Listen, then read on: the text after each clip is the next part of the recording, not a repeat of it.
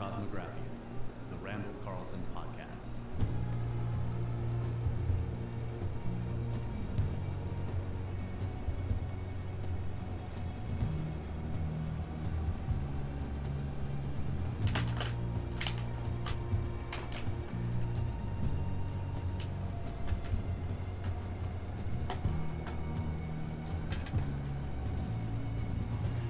And we are back, ladies and gentlemen. This is the Cosmographia, the Randall Carlson podcast. And I think we're going to be continuing on the climate change information on past climate change, modern climate change, and the real data, digging into the actual science. Right, Randall? That's the goal? The goal, yes. We're going to follow the science. Follow the science. That's what they say, right? We should follow the science. Yeah. So by golly, we're going to follow the science. Excellent. Big truck that says science on the back. We're doing it. I'm a rebel. I want to go, when they say follow the science, I go the other way, right? You just run in the other direction. Find the fringiest stuff you can. That's not how you do it, though. Follow the fringe. Randall follows the rules. A lot harder to find graphs and charts that way. Well, what can I say, guys? I mean, I don't even know how to respond to that, Russ. Barbara the legend, what's up, man? Another goal accomplished. After that live stream last week with... Where's Bar? I wonder where he's at. Probably a famous the nurse now, tinfoil hat man. guy What's up, next dude? to you. Yeah. Yeah, I've guy's been, gone. Bro? I've been disoriented. What's up, buddy? How you doing? about The whole, Good to see you. The whole process here. So I'm still trying to get my How you head doing? What are you back, up to? onto the track here. We Good fired thing that guy. Mike wasn't here for that. Or was he? Were you here for that, Mike? No, I don't think I will. Okay, yeah, it's distracting. probably better that you weren't here, Mike. I mean, there are certain things that, Whatever. that we need to insulate. Not much. Should I be Just wearing the chilling, ready to go to tinfoil? church. That's cool, man. That's why he couldn't be here. Mike was fully wrapped in tinfoil that day. What is the difference between... How's it going, man? How's the nurse? Tin versus aluminum. The nursing course is one going, is man. made of tin, the other one's made The of pre-nurse. What were we aluminium. using? Tin foil bread is aluminum.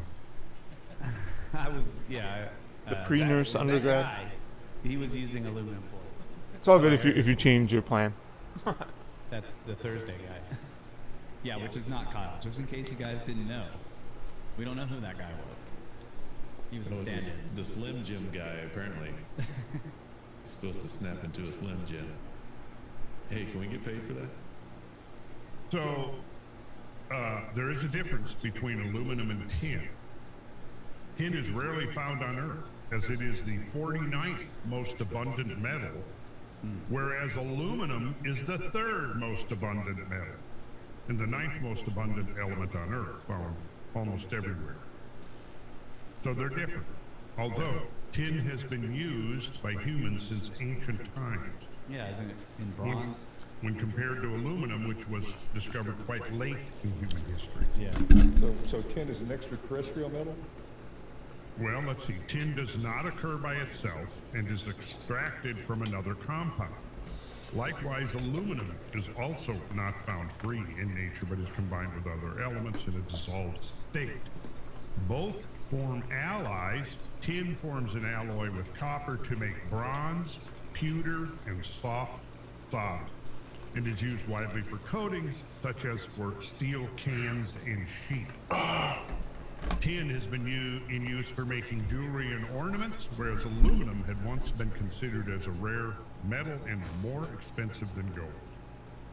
They're both very pliable and flexible metals. They're both anti-corrosive and easily machined. Okay, so there we go. Yeah, I think the top of the pyramidion on the top of the Washington Monument is aluminum. Because at the time, it was considered more precious than gold. So here's some good information, important information. Tin is considered to be toxic to humans, and so is aluminum, but not inherently toxic. Yeah, I think a tin more like solder, like you said. Thanks, dude. And yeah, that could be toxic. Oh, yeah. You don't want to eat solder. That was, I remember when we had Considering doing the instructor was very the explicit about that. Now don't Aztec eat shoot the solder. guard in the foot strat for the glass opening. I'm really considering doing that because everything else is just a friggin' Right. Try not to breathe procrastination, in smoke. my opinion. Yeah. Waste of time otherwise. I love my metal shop.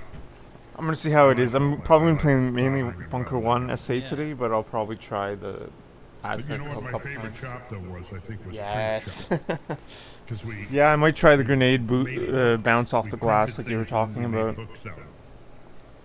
That Because was really- otherwise it's really- just procrastination and just a waste of time. So in my I was opinion. making books, you know, and we would have, Thanks. you know, the instructor would come around and go, you know, here's what the different people did. You know, we would bind them and put labels on them. So all of my books were published by Randall House Publishing. Me too, man. Me too. Of course. Yeah. That was, I was Randall House Published. Not Random House. No, Randall House. Randall House. Very good. But see, I there didn't have was a a print shop. You didn't have print Sounds shop? like good. No. Oh, it was really fun. And for years I had some of those books. I don't know where we parted. Me too, company. man. Probably one of the many moves over the years. Somewhere, my books that I should have been passed down from generation to generation. Somewhere. Were they leather bound? No, Did you make any leather they bound? weren't leather bound. Acid-free paper, at least? I don't remember. Probably not. You didn't make the paper out of hemp?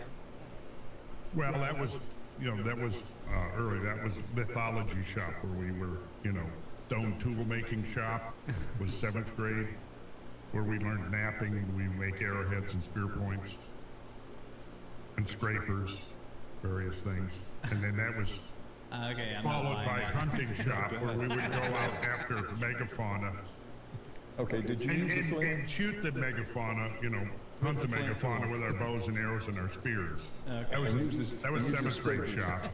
Use the scrapers for tanning hides? Yeah, that was. Now, see, that's the kind of shop classes we needed to have. Yeah. We need to bring that kind of stuff back, because, the way things are going, we might actually need it. Yeah. Unless we get these damn you-know-what out of power. Yeah, We won't say the word, though. I'm letting Kyle learn the napping. He's already.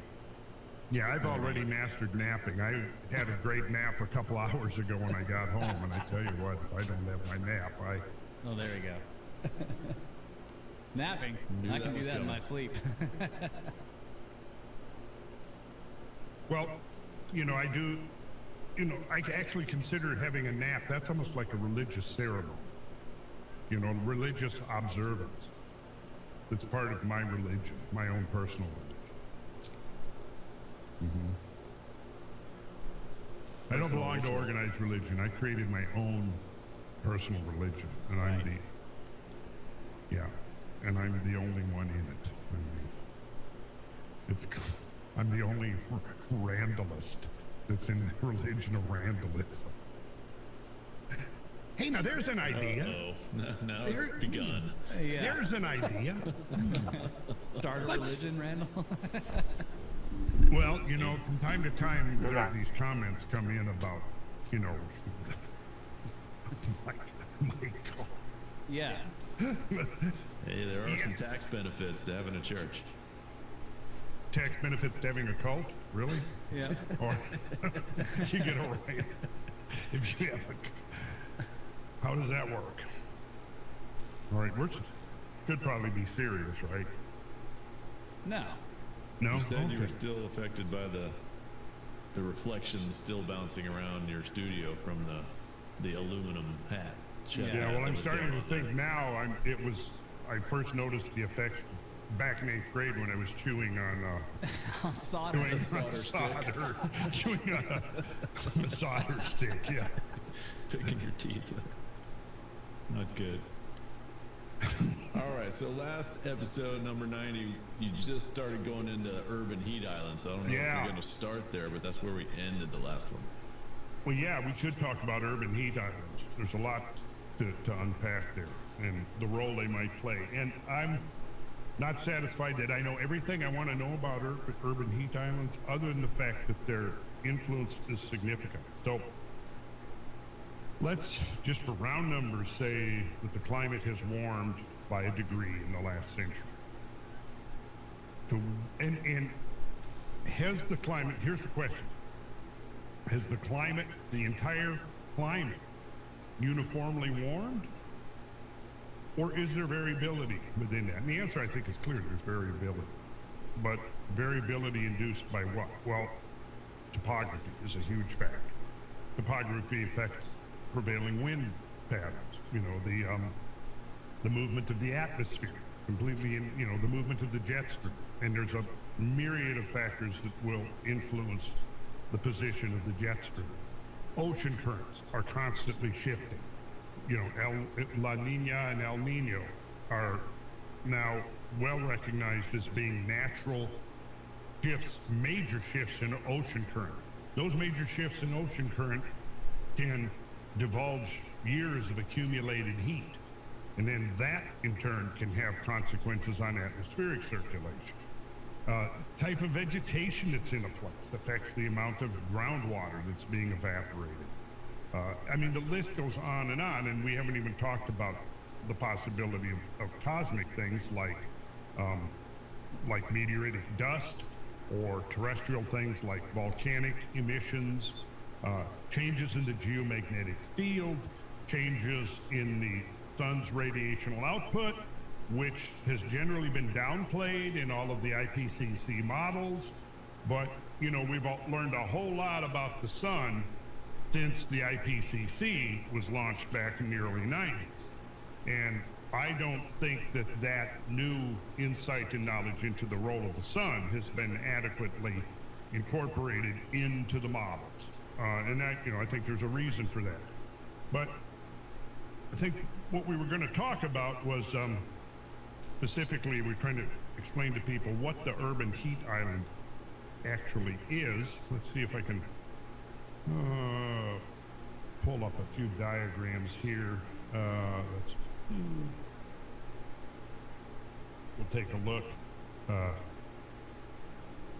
And now, of course, this is the heat island effect is based upon the fact that obviously in the city you have material that acts as thermal absorbing mass.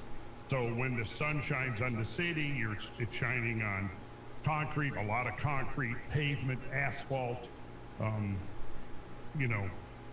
anything. When you look at a city, there's a whole lot more. You have mechanical equipment, you have air conditioning units that discharge heat. So if you've got a thermometer close to one of those, it's going to pick up on that. You know yourself that if you have like a northern hemisphere, you got a south-facing wall and a north-facing wall. Well, that south-facing wall is could be 10 degrees or more warmer than the north-facing wall on the same day at the same latitude, right?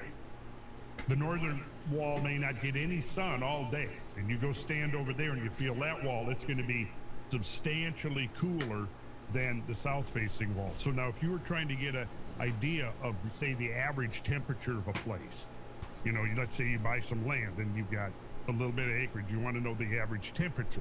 So you have a barn, so you go and you put a thermometer on the south side of the barn in the sun, and you collect a bunch of data. And then you have another thermometer and you're collecting data on the north side of the barn. Well, at the end of a year or a couple of years, obviously your average temperature on the south side of the barn is going to be higher than on the north side of the barn. So the question is okay, what is the true measure of the average temperature? Well, do you add those together and just have them? Or how do you do that? Well, you have to have a lot of data points in a lot of different environments to do that. So what has happened is that temperature measuring stations have gone from being mostly rural to very urban.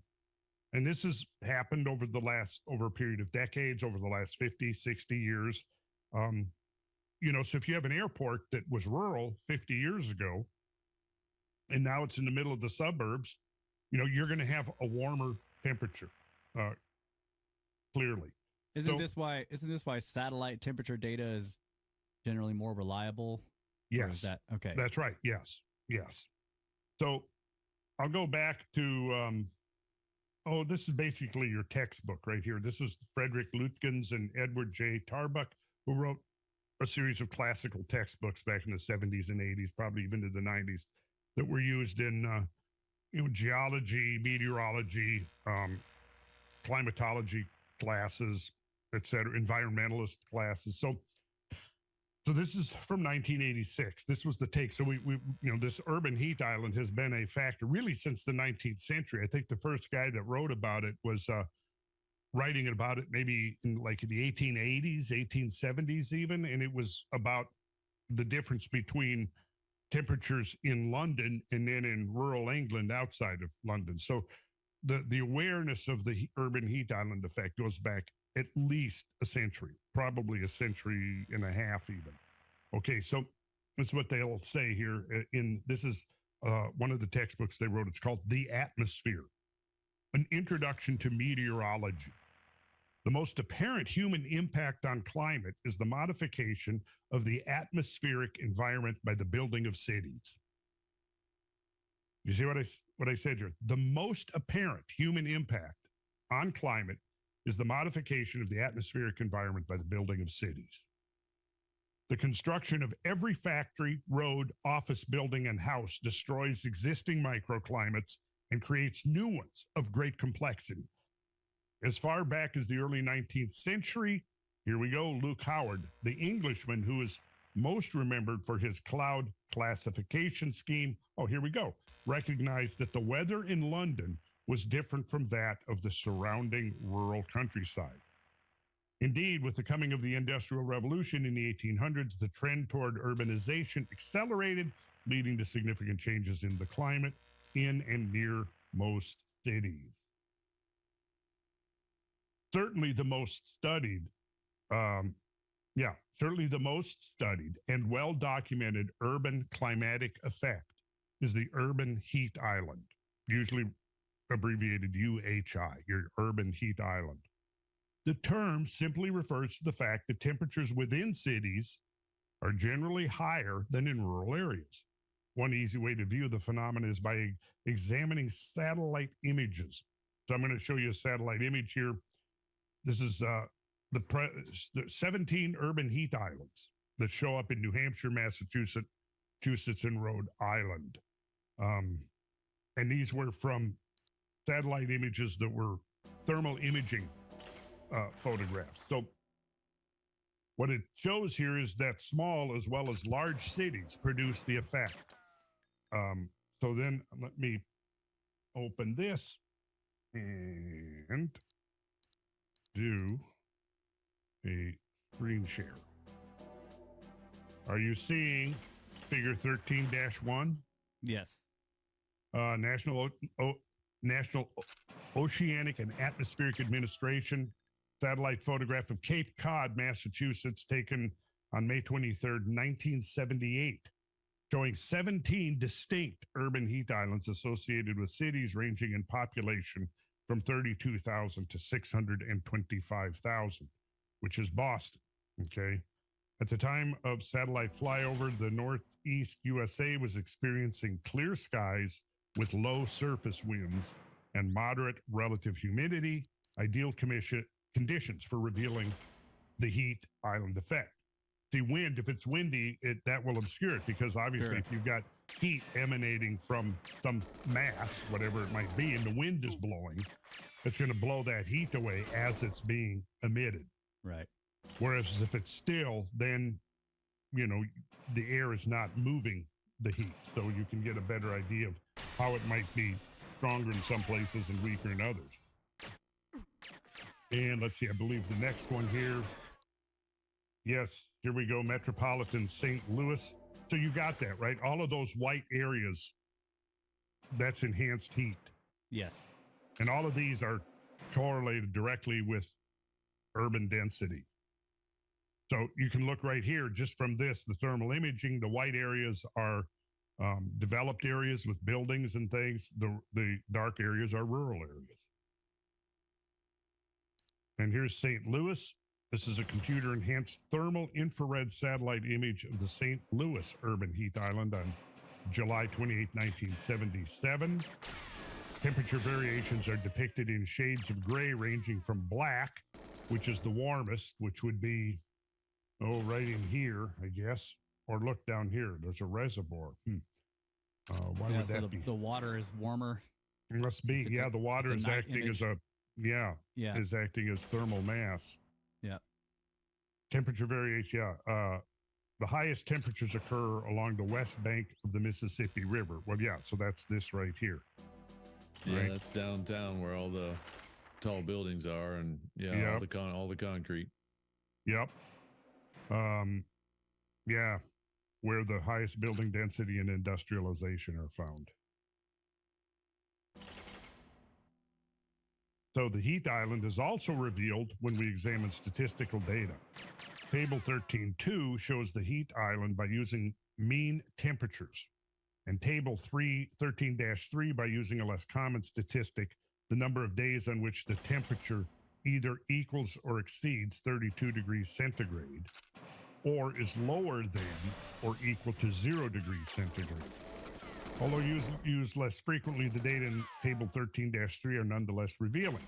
They show us that in addition to the fact that mean temperatures are higher in the city, these locales also have a greater number of hot days and fewer cold days than outlying areas. That's the takeaway here. The magnitude of the temperature differences, as shown by these tables, is probably even greater than the figures indicate, because the studies have shown that temperatures observed at suburban airports are usually higher than those in truly rural environments. Here's the graph. Average temperatures in degrees centigrade for Philadelphia Airport and downtown Philadelphia, 10-year averages. Here's your downtown is warmer than the airport. So there's the annual mean. It's warmer by 0.8 degrees. So your mean June maximum is warmer by not quite a degree.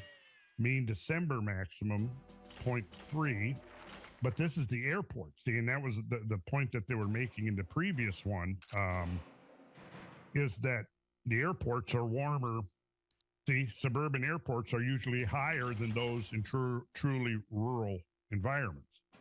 So it's showing the difference between downtown and airport. It's not showing the difference between airports and rural environments, which would make those differences make the spread in those numbers considerably greater. Because the difference actually between the rural areas and the airports is greater than the airports and the downtown areas. Got it? As is typical, the data for Philadelphia showed that the heat island is most pronounced when minimum temperatures are examined. Although mean maximum temperatures are only 0.3 to 0.4 degrees centigrade higher in the city, minimums are from 1.2 to 1.7 degrees centigrade higher. And again, this is suburban airports. And so, I mean, anybody has experienced this for yourself. Let's say you're in one of the big box stores, or you're in a grocery store and it's air conditioned, or even not. If you walk out, particularly on a summer day here in Georgia, you can walk out onto a big paved parking lot and it's just like an oven. And I'm sure you guys experience that down where you're at. Sure. And and damn good and well, if you were walking in some trees, it would be way cooler. Right. And even if you were walking in an unvegetated area, but it was regular ground with some kind of ground cover, it would be cooler. Yeah, a field with grass is still going to be cooler than a parking lot. Yeah, absolutely. So the question is to what extent does that affect the averages that are being used to determine what the average increase in global temperature has been, let's say, over the last century? Because clearly urban areas have grown exponentially over the last century. So is that affecting the data and the interpretation of that data when you start looking at temperature averages?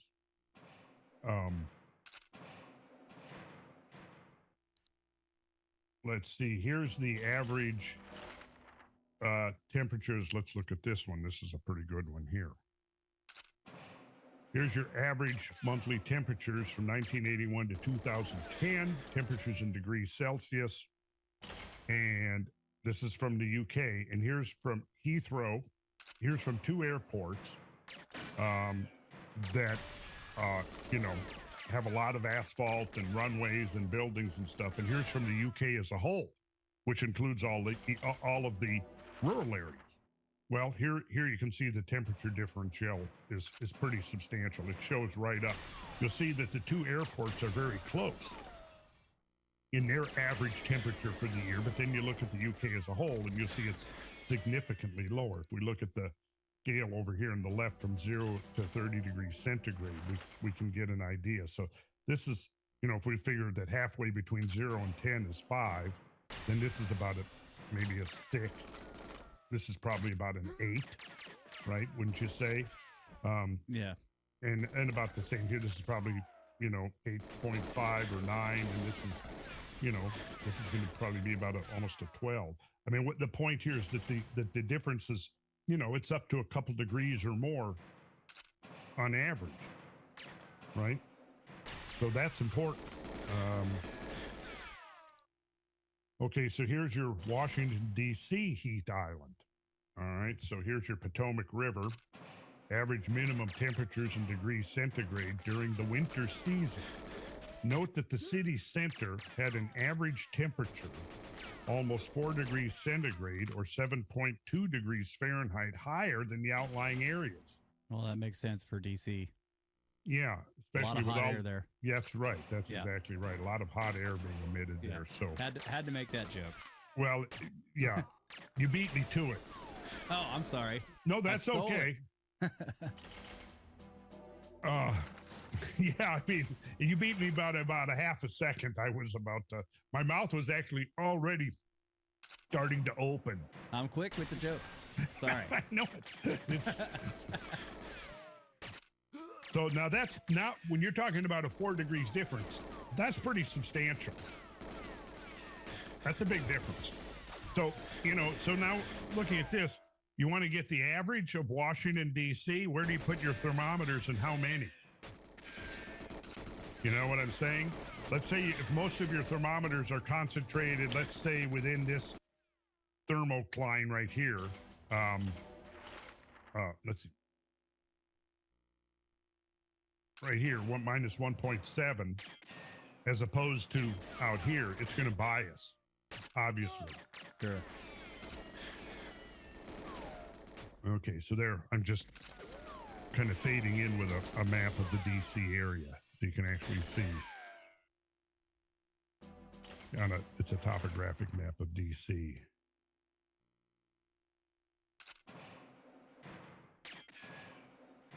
All right, so here's heat wave characteristics in the United States by decade. Now, let's see, I have something about this because I actually did write something about this particular graph right here. Let me see, what did I say here?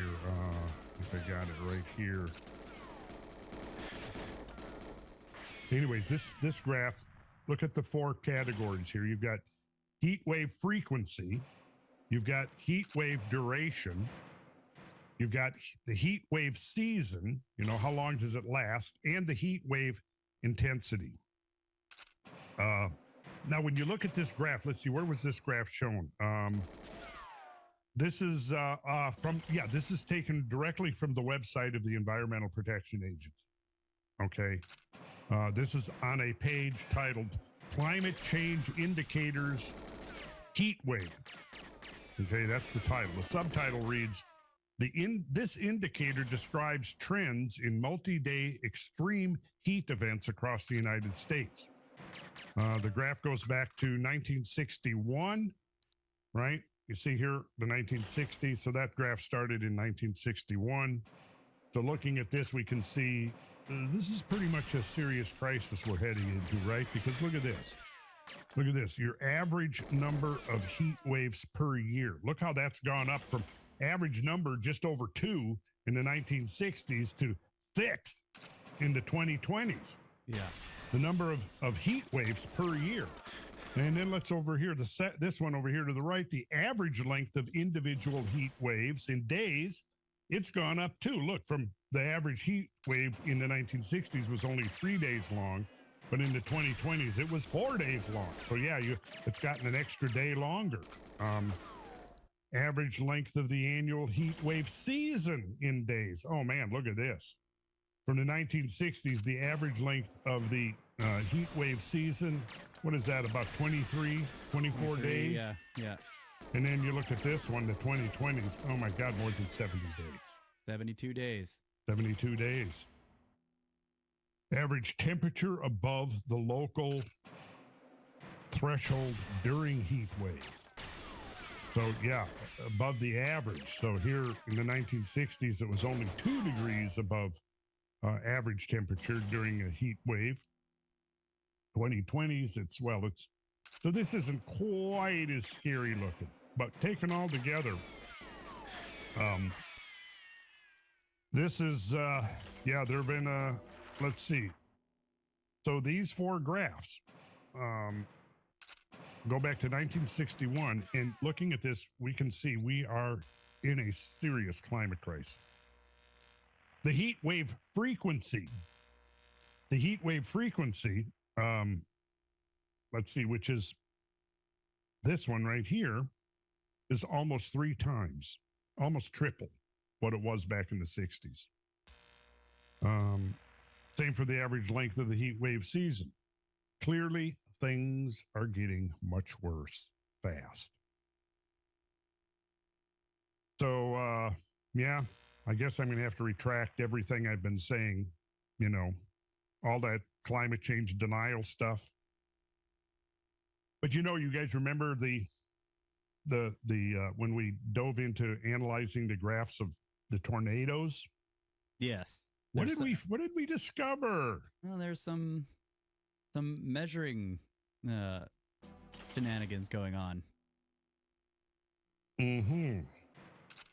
Like they're counting lower rated tornadoes, and of course adding what we found with tornadoes was that the numbers that they were portraying as being the actual number of tornadoes was in reality the reporting of tornadoes. Right. That's right. Mm-hmm. The Doppler radar came in. Yeah, Doppler radar came in and multiple factors, including much greater population density, so more eyes to see tornadoes, and also methods of being able to go in the aftermath, which, they didn't have that perfected before, but now they've got a whole system for even if nobody witnesses it, but a tornado comes through, they can go in and they can look in the aftermath at the destruction, and they can determine to a high degree of accuracy the wind velocity, and then hence can categorize the storm. So there's all of these factors that led to many more tornadoes being reported as we come forward, but particularly was the big factor was the advent of, as Brad said, the Doppler radar. So this is what the EPA has to say about these 4 graphs on their website. Quote, this figure shows changes in the number of heat waves per year, the frequency, the average length of heat waves in days, which is the duration, the number of days between the first and last heat wave of the year, which is the season, the heat season length, and how hot the heat waves were, compared with the local temperature threshold for defining heat wave, which is the intensity. The data were analyzed from 1961 to 2021 for 50 large metropolitan areas. Yes.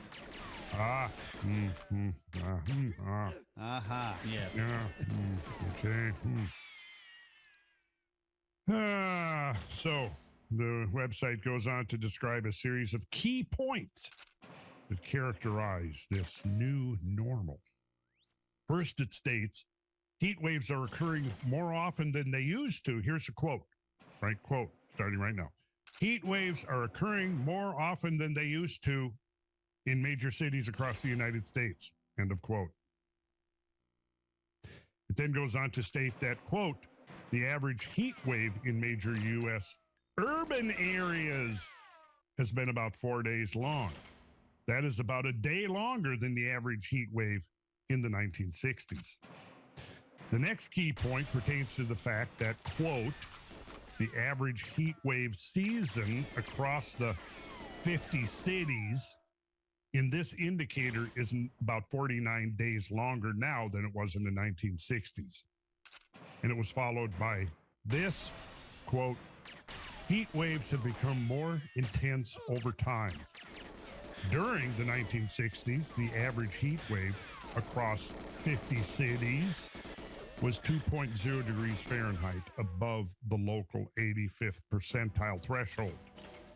During the 2020s, the average heat wave has been 2.3 degrees Fahrenheit above the local threshold. So I think what we need to really kind of call to our attention is the idea that we're completely in all of this talking about urban areas. Urban areas. Okay. It's interesting too, if I can make a comment here. Absolutely. The heat wave intensity went down in the 2020s from the 2010s, and I wonder if that has to do with some of the. It has to do with the fact that some of the big cities have started to implement urban heat island effect mitigation. Yeah, they're putting like green stuff on tops of the buildings, and they're planting more trees, and that's great. You know? Yeah, absolutely. Reduce your heat island. Yeah, out there in your cities, because yes, yeah. So architects are now being taught that in schools of architecture. That's great. Urban planners. So I wonder if you put that heat wave season and heat wave frequency graphs up against just like an average population density of these metropolitan area graphs for the same time period, if you'd see a basic correlation, or even maybe I don't know, size of the city, growth rate of the city, something like that. Mm-hmm. Yeah, you'd like to see a list of those 50 cities. I was just speaking with a friend today who lived in Austin for a couple years, and he said it went from 70,000 to 700,000 in 30 years. Yeah. You know, and these are looking at 60s to the 20s, so 70 years, so double that time. So there'd be huge, like you said earlier, exponential growth in these cities. So yeah, that's real deceptive of them again. Yeah, but it gets worse.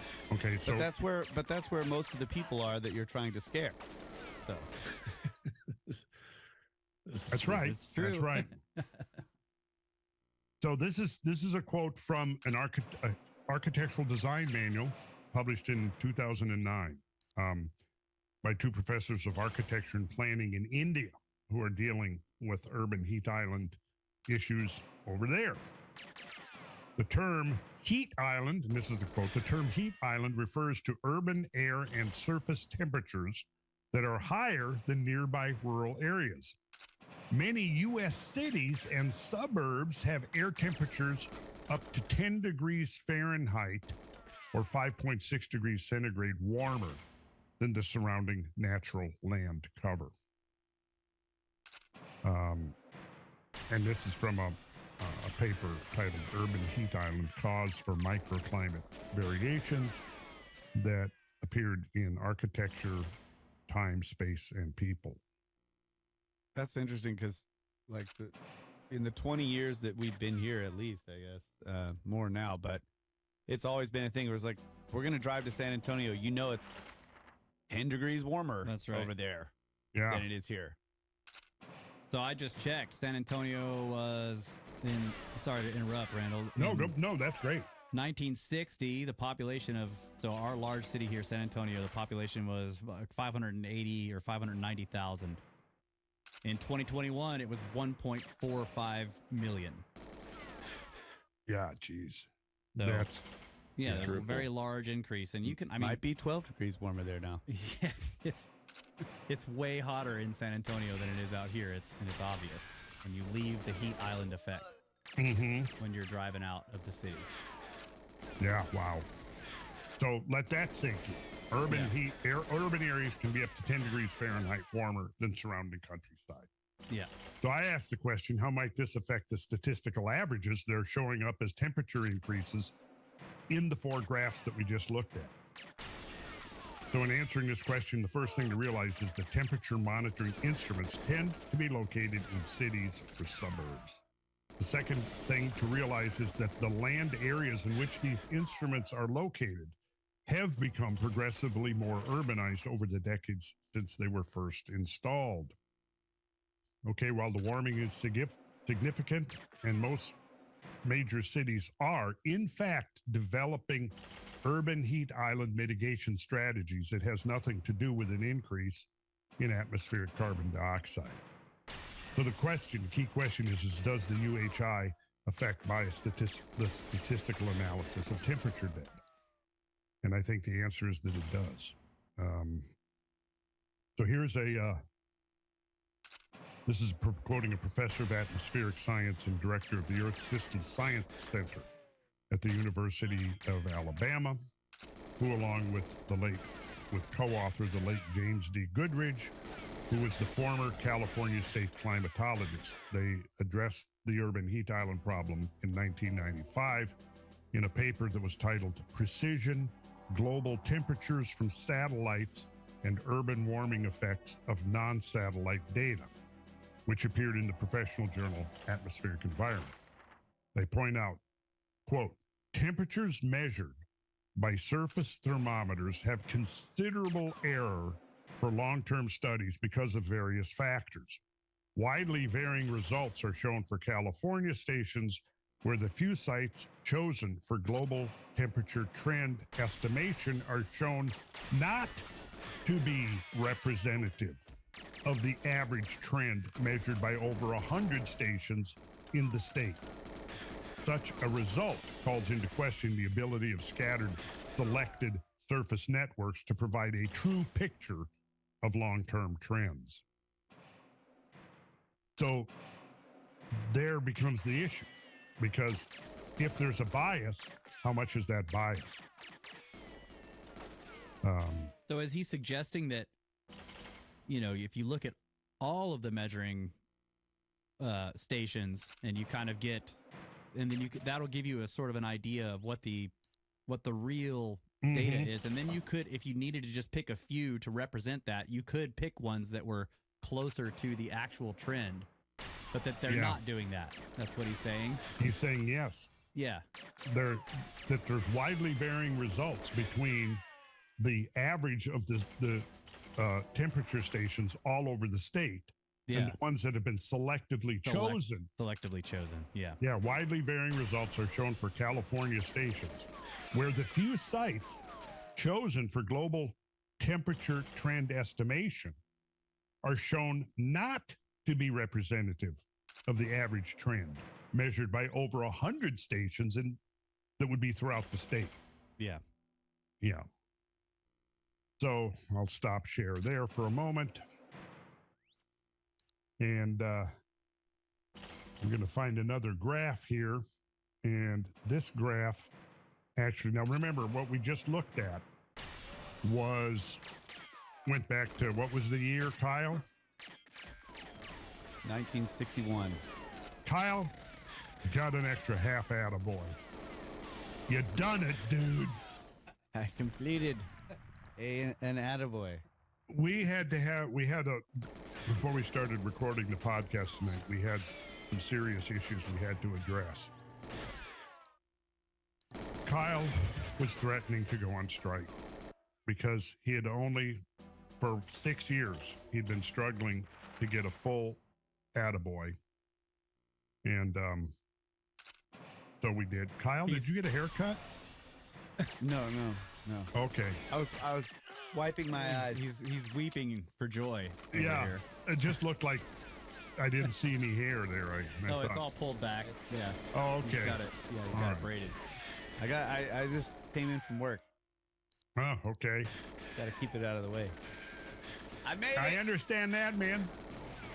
I used to have a ponytail, and the last thing I wanted for was to get caught in a radial arm saw. Right. Yeah. You know. Have the welding set it on fire or something. Yeah. Okay. So I think we should take a moment here, just have an observance. We'll all just have a moment of silence to appreciate the fact that Kyle has now earned a full attaboy. Has earned a full attaboy. We need to break up some medallions, you know? Yeah, attaboy medallions would be great. Attaboy medallions. We need those. Pin them to our jackets. Yeah. We need a mugshot of you or a clean image of your face so we can put that on the front of the medal. Yeah. Yeah, just a good one, like 3/4 profile. Yeah, one attaboy. Hey, we can start minting coins. This is the value of this coin is one attaboy. One attaboy. You know one of your readers or one of your watchers is going to do that. Gonna get on a 3D printer and create this. Oh yeah. Make us some coins. Attaboy coins. Attaboy coins. Hey, let's turn it into to a crypto. Yeah, there you go. Yeah, Make we an could NFT maybe out start of it. a new cryptocurrency. We were getting serious here for a minute now, guys. Well, what happened? All right, back to the urban. Well, we heat islands. could take a break. I think. 1961. Yeah, okay, so that's Well, a we can keep good going. point. Never forget it. 1961 is the data that they used in those 4 graphs went back to 1981. Okay, 61. 61. what did I say? 41, 81. 81, 1961. Yeah. Okay, so what I've done here, the next graph is actually the U.S. Annual Heat Wave Index. This index defines a heat wave as a period lasting at least 4 days with an average temperature that would only be expected to occur once every 10 years. But you know what? I'm going to actually, that's not a definition. I want the actual definition. Okay, a heat wave is a period lasting at least 4 days with an average temperature that would only be expected to persist over 4 days once every 10 years based on the historical record. The index value for a given year depends on how often such severe heat waves occur and how widespread they are. Okay. So that kind of gives you a picture of it's the heat wave index that served as the database for the 4 graphs we just looked at. Okay, well, let's look. I'm going to look at we'll pull up the graph I have here now is the annual heat wave index for the years 1895 to 2020. Okay. Take a look. Take a look at this graph. And if you were going to have to kind of show a representation to give an accurate and true picture of the average warming over the United States, and you wanted to make it look like it was unprecedentedly warm right now, where, Kyle, about right where would you start? Oh, 1960s area? Yeah, maybe around 1960, 61. Yeah. So what happens if you take the data just from 1960 or 61 up to now? And conveniently leave off everything that came up to that date from 1890 up to 1961. So here it is, just exposed right here, exactly how they manipulate the data to make. And so it is, if you go to the EPA website and you see those 4 graphs, what's the takeaway? Oh my God, we're in the middle of a climate crisis. We better turn over everything, the control of our freedom, our resources, everything to the government, because only the government can stop the climate crisis, blah, blah, blah. And that's essentially what they're doing here. So yeah. Here it is, exposed. This is what they did. They took the data from 1961 up to now. And what you see here from 1980 up to now, well, I think we could make a very strong argument that what we're really seeing here is the effects of the urban heat island. And that's the key question we got to ask. Yeah, but that doesn't explain the pre-1960 stuff either. I mean, if you look at the pre-1960 data, it looks very similar, except for that anomaly of the 30s. You know, it looks like during the 60s and 70s, it looks like an Everybody was abnormal chilling out, man. an abnormal Yeah. cooling event. And That's right. Then we're returning to a ragged normal. Yeah. Well, yeah, I would agree with that. But it does look like the lows aren't as low up towards the 2000s, 210, 220. So maybe that's the effect of the heat island. Mm-hmm. Because it does, we did learn that it affects the minimum temperature Yes. the most. Right. Mm-hmm. The minimum temperature is much higher than the rural minimum temperature versus the maximum temperature. Uh-huh. So, yeah. But yeah, that is a big anomaly in the 30s.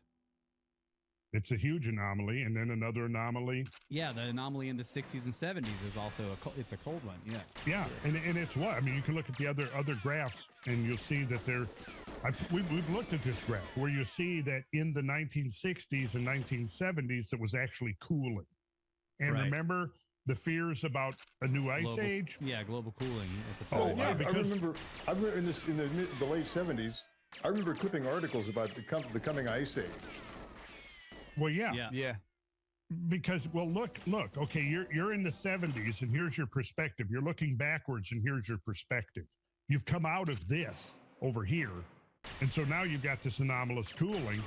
At the same time, we're learning that ice ages came and went a whole lot faster and a whole lot more frequently than anybody had imagined back here. That's right. So you put those two together, this is what I say a lot of times to the conservatives that are ready to dismiss that. And I'll say, well, there was actually a more justified view that we might have been headed back into a global cooling, because by the 70s with radiocarbon dating, it had become apparent that the Holocene warmth was like the longest period of interglacial warmth going back a couple of 100,000 years. That was the message of the first ice cores and stuff. I mean, I would say that it's still a true statement, right? We're headed to an ice age eventually. It's going to happen. Yeah, probably so. And so anyways, this is a great little example of statistical manipulation by choosing your data points, your range of data, your scaling factors. Yeah, you can create impressions. And you've got skillful people creating impressions for propaganda purposes. Well, So do you think if you showed this whole graph here, people are going to, oh, well, like Mike just said, this is just like a return to a ragged normal. Yeah. But, Not scary. again, how do you explain the 30s? I mean, that's pretty amazing right there. I mean, nobody is trying to blame the 30s on carbon dioxide. Not even the global most, fanatical and dedicated global warmistas are not going there. So you've got to be looking at something natural. Well, what is it? Yeah. Is anybody trying to find out? Oh, I imagine there's studies on, the heat waves and droughts of the 30s. Okay. Yeah, what causes and what are the causes? Well, I want to read you this quote from Wikipedia. I looked up heat wave. Now, Wikipedia is dangerous because they're politically biased, but I know. they're still useful. And in some areas, they're pretty good, but in certain areas that have political implications, their bias is pretty stark. But anyways, powerful. read the quote. Okay, yeah, this is it. According to the IPCC, heat waves have become more frequent and over land more intense almost everywhere since the 1950s due to climate change. Well, Everywhere there's a city. Right. I know. And then they have a link right there with a reference that leads you to a IPCC paper Almost everywhere. called almost every. Climate Now- Change 2021. Now look up Physical Science warmistas. Basis. I want Yeah. to see what warmistas says on Wikipedia. Global warmistas.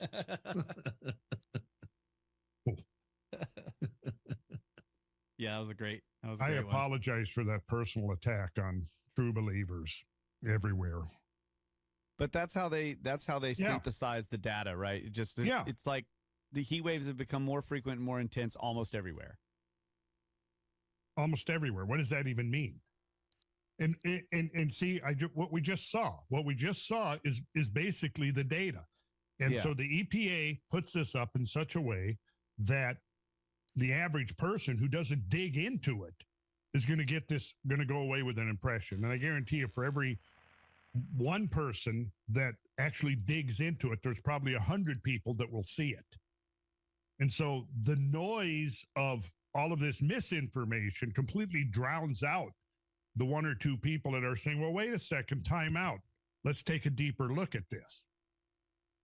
And then you see that, things aren't quite adding up here. And most people are going to read over that and go, oh, okay, 50 cities, but they don't, if you're somewhat educated in these issues, you immediately go, well, how did you account for the urban heat island?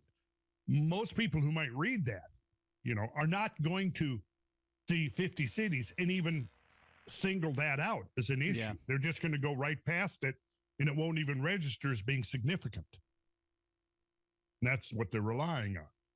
So what they want to do is be able to create an impression without being able to be caught in a total lie. So it's a whole art. It's a fine art that gets way too many people fooled. And then that creates a narrative, and then the narrative is no longer their responsibility. That's right. They can manipulate the data just so that it gets the narrative started, and then once that happens, their job is done. Yep. Let it run. Yep. So break time. Break time. Let's take a little break here. All right.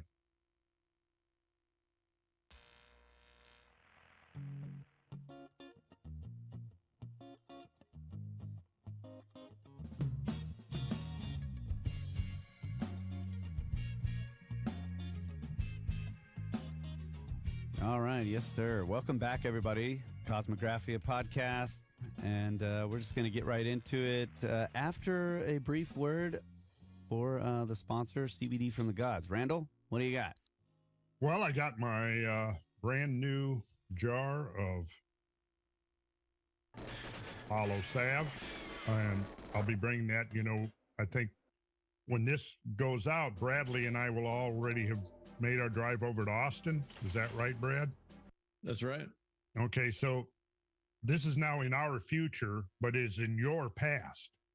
So we got a little bit of a warpage in the space-time continuum here. But so in a couple of days, Bradley and I are driving from Atlanta out to Austin. I'm going to be make appearance number 7 on Joe Rogan with Graham Hancock. And by the time you see this, that will have already happened. So on the way, I will be bringing not only my salve, because being cooped up in a vehicle for something like 14 hours, you get stiff, your muscles start to ache a little bit. So I'm going to have my salve and I'm going to have my oil. So I can take a half a milliliter of that or a couple of milliliters of that at night to help me sleep. And I want to be in top form for when I'm on Joe's show.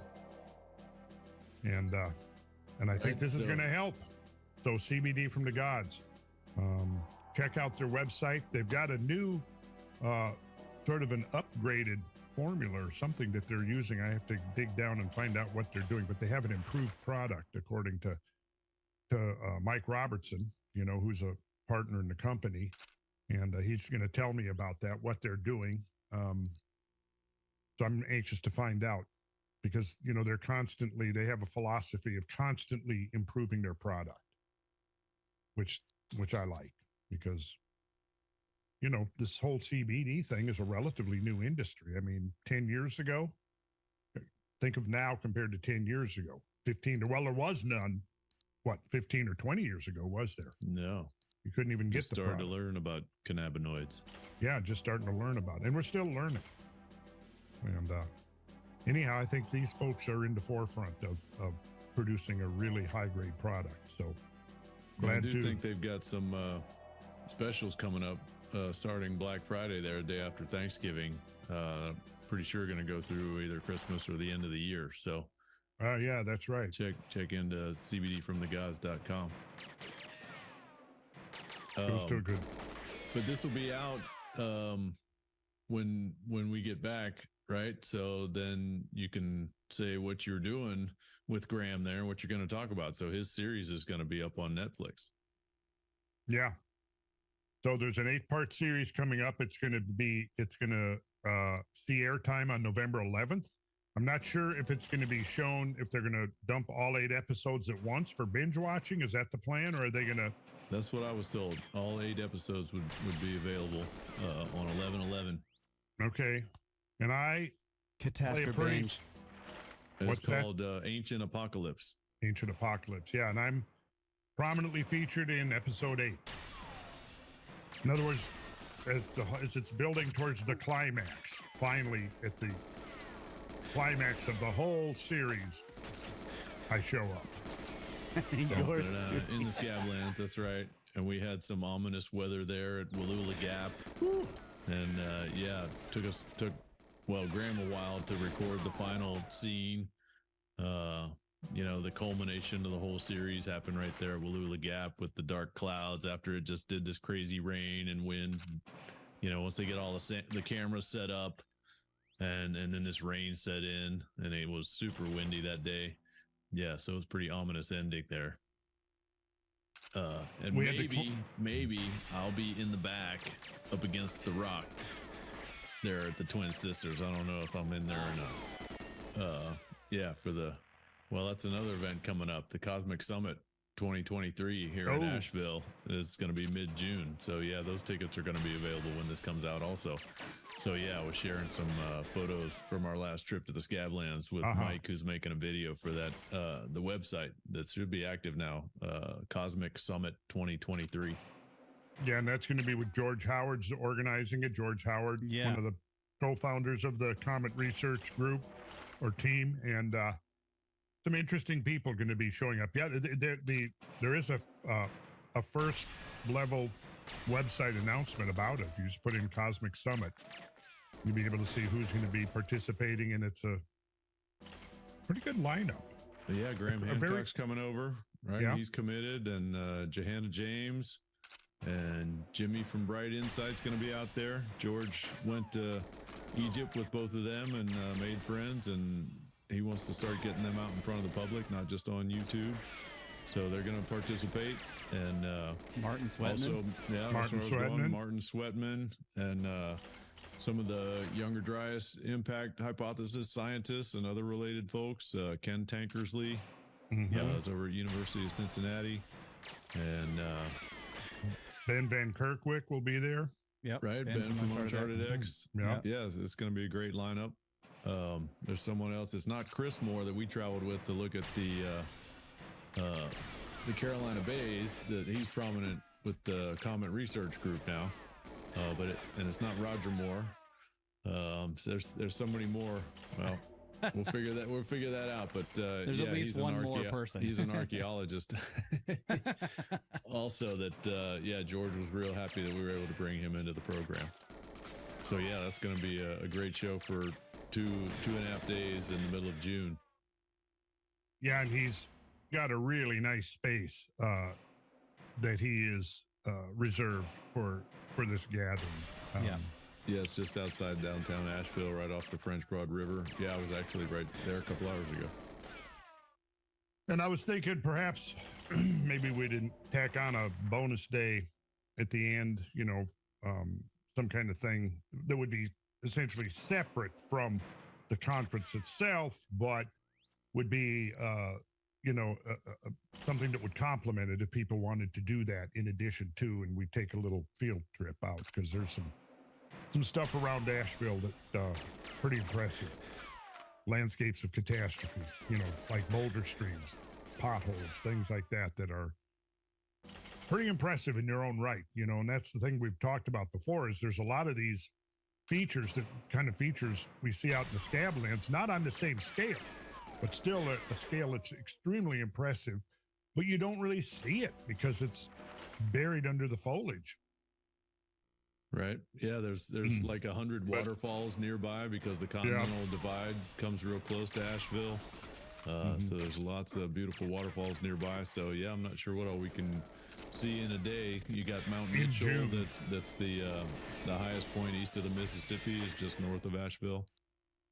And then also, you know, if we're talking about tacking things on, it's right before the summer solstice, and I think we ought to get a caravan of people to go up to Serpent Mound.